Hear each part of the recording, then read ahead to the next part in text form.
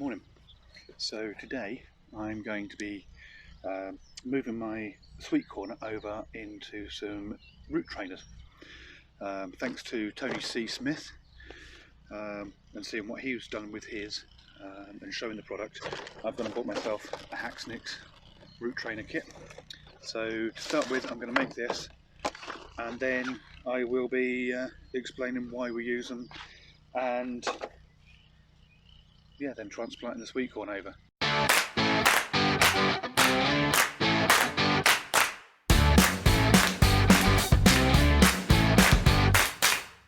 So the sweet corn at the moment is some in some small dishes from home. Then the ones that I germinated here, a bit better because I've been in a greenhouse, but again, not particularly too deep. So with one of these you basically get a cover, which you can either use as a cover or you can use as a water tray. You get a cage which holds everything in place, which in this case we are going to use that as a water tray. So it sits there as part of the cage, and then you get all the actual root trainers. If I separate one out, they just fold together like so. Quite flimsy plastic, but that makes them lightweight and I suppose slightly more environmentally friendly, because they will be reused, they're not single use, but slightly environmentally friendly in the fact that there's less plastic. They've got holes in the bottom and they've got these grooves, so the idea is you put each plant in here and they will, as the roots grow outwards, they'll hit the sides and start going downwards. The main tap root, however, has got plenty of distance to start growing down, and obviously if you start seeing roots coming out the bottom, you know it's time to plant on. So being new to all this stuff with videos and everything, we'll see if I can work out a way of speeding this bit up.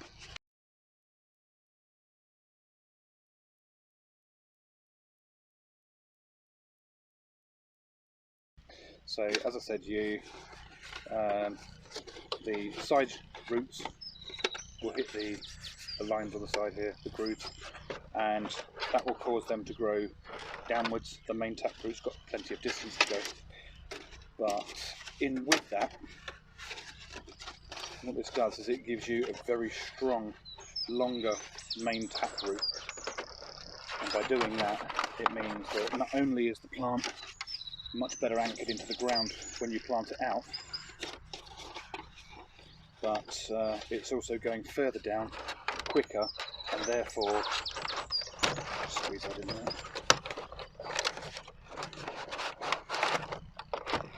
There we go, make sure I don't spill my tea.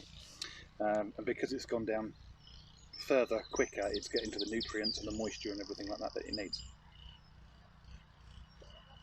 Oh, lovely. Pop that down there.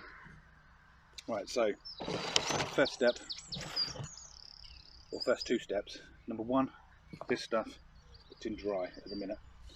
That needs to be wet. If your soil's wet, then it allows you to tease everything apart a lot easier without damaging the roots. You'll get less soil coming over, but that's fine because you're going to use good soil anyway, good compost.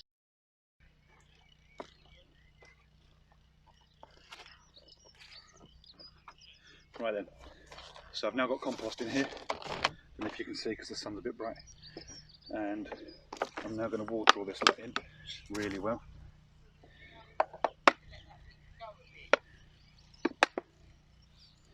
In fact, I'm actually going to over water this. This one doesn't drain. There's going to be far too much water in that one and this one. These ones were just they were just done at home with some seeds that were left over from last year. So I just grabbed the first container I could find, which was takeaway tubs. Not that we eat a lot.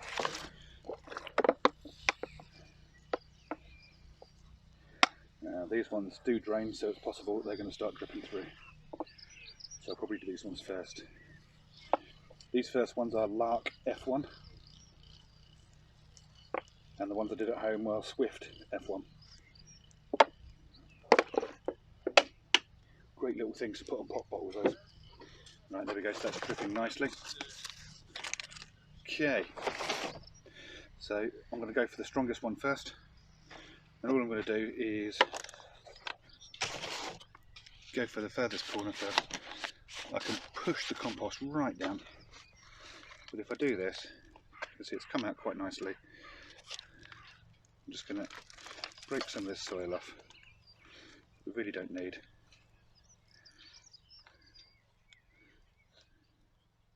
And you see I'm able to just tease some of these roots out nicely, like so, without breaking any, so none have fallen off, but that will slot in there quite nicely.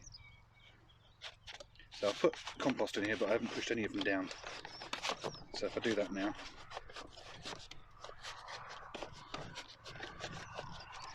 there you go. And the great thing is this stalk, these are very strong stalks, so they're going to work quite nicely. Good job I finished that cup of tea, I've just dropped a little soil in it.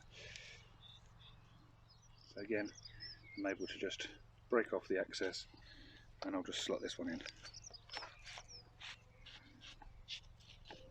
Nice. And again. So this one I think is going to need an extra bit of soil on top. Looks like so great on that one. So I'm just going to grab some of that old soil again, just shove it on top, just to bulk it out a bit. And there we go. I'll put a little bit on that one as well. What I'll also do is, on all of them actually, put a little bit more soil just to strengthen them up. So we'll try this one. You notice how gentle I'm being with that stem there. You've got to be gentle. If you try yanking it, you are just going to break it. You can see the effect of watering. Putting the water on there, this is just dropping off, which is great. There we go. So that one's going in quite nicely. I need a little bit of soil on top of that one as well. Some dropped off from quite a bit at the top. Little lump there in that one. There we go. So this is going pretty well.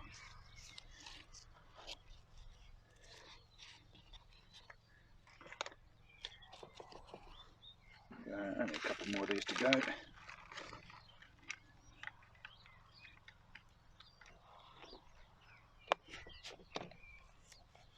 we go.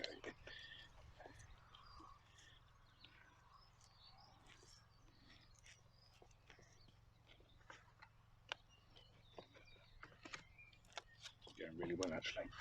Okay, so there's this last one from this lot. This is the last of the lark. It's a shame I didn't get an eighth one actually. Empty one at the end of the row, but that's fine. Okay, that's those ones done. We can get rid of that for a minute. So now we'll look at these ones. So some of these are really short, if you can see that. That one there, for example, really small. So I'm just going to go for the bigger ones first. Let's try that one. Unfortunately, I'm expecting these to have matted together, so I think I am going to have to break some roots. Yeah, in fact I can show you. So I should have separated these out a lot earlier. So I'm just going to start at this edge and see if I can just tease some bits out. There we go. So these ones I think, now we'll just go straight into here.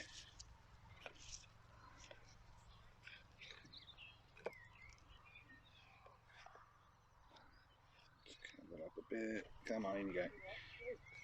And then we'll just keep going. With whatever we can manage to separate out, we separate out, and we just keep going. There we go. These ones are going to have a little bit more soil put on top. I have kind of treated them pretty badly, so we'll see how we go. Oh no, that's separated quite nicely. That's going to need a lot of soil in that one. The great thing is I've got the soil down here from the last lot, so I'll just share some of that soil.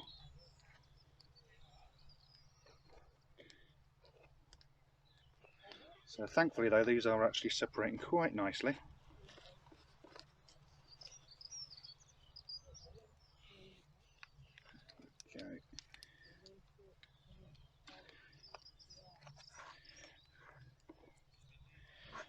The allotment's getting quite lively again today.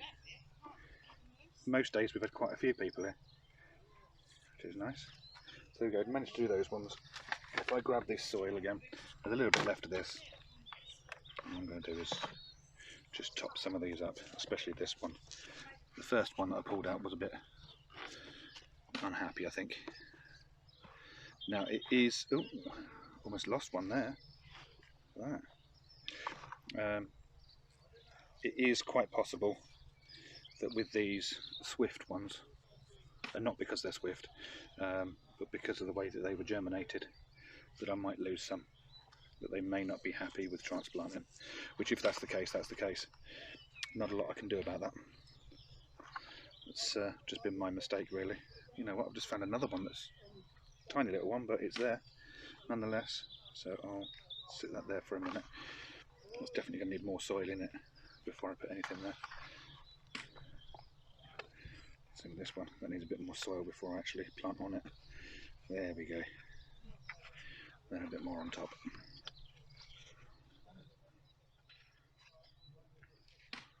So some of these are pretty good. Let's change over to this soil now. I keep saying soil, it's a form of, it's actually just basic compost that I've used here. There's nothing clever about any of it. I've not used a special seeding compound or anything like that. It is just simple plain compost. If you get a decent compost, it's fine. Fine for pretty much every use you want to use it for.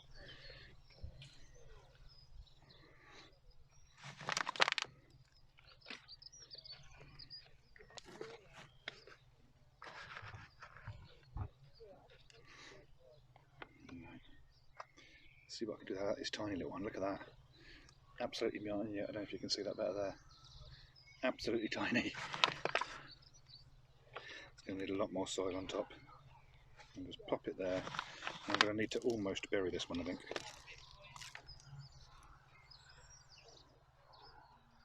There we go. Let's see how that one grows.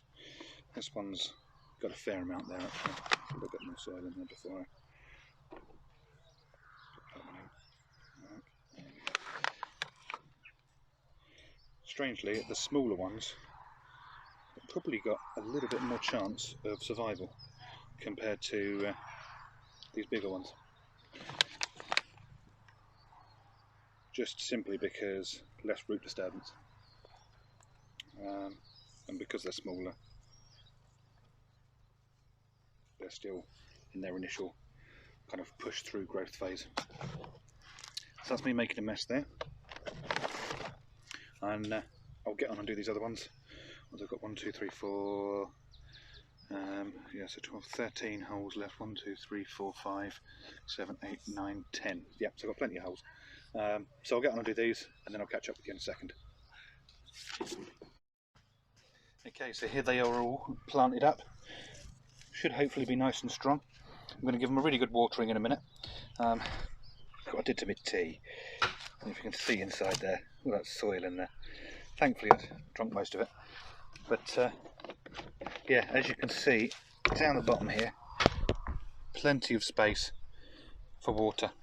So what I'm actually going to do, rather than water any of these, I'm just going to water into a couple of the pots that are empty. And I'll put a lot more water in a minute. But by doing that, it will start filling up the trough at the bottom, if you can see there. It's starting to fill up. So that should get a lot of moisture into there, and then I'll move them back to the greenhouse. Okay, so now we're in the greenhouse. I've given them a really good water. You should be able to see a decent water line there on there. So yeah, that's them done. One of the other things I'm planning to do today is move a load of the cabbages and brassicas over into the potting shed. I just want them to have slightly cooler temperatures now. I think they're getting to a decent point. The rest can stay in here though. So the ones that are going to be moving are the red rodeo cabbage, the greyhound, which are coming up really nicely actually, the calabrese, the Brussels, which they're looking a bit floppy to me. I think they're getting too hot, those ones. And then these are the April Spring, which I still think that one looks odd. I'm not convinced that's an April spring. And then I've got the 3 cauliflowers there. The rest, so the peppers, leeks, what else is there? More peppers and the Koshiana. The cucumbers, I am convinced this one's now going to make it. These 2, definitely dead, I think. And the beans down the bottom. And of course the munchkin pumpkins. They're all going to be lasting. Bridget did actually go and plant some more cucumber. So hopefully we'll have more than just that one. Okay, so that's the sweet corn transferred. And now they're done, we should be good to go. So hopefully they're going to grow nice and big and strong. And then eventually they'll be planted outside after the last frost. Any frost will just kill them off straight away. And I've got the tomatoes in there now, so they will hopefully grow even more, sort of stronger and faster. They've all grown up really well, actually, after being potted on last time. So yeah, for now, that's it.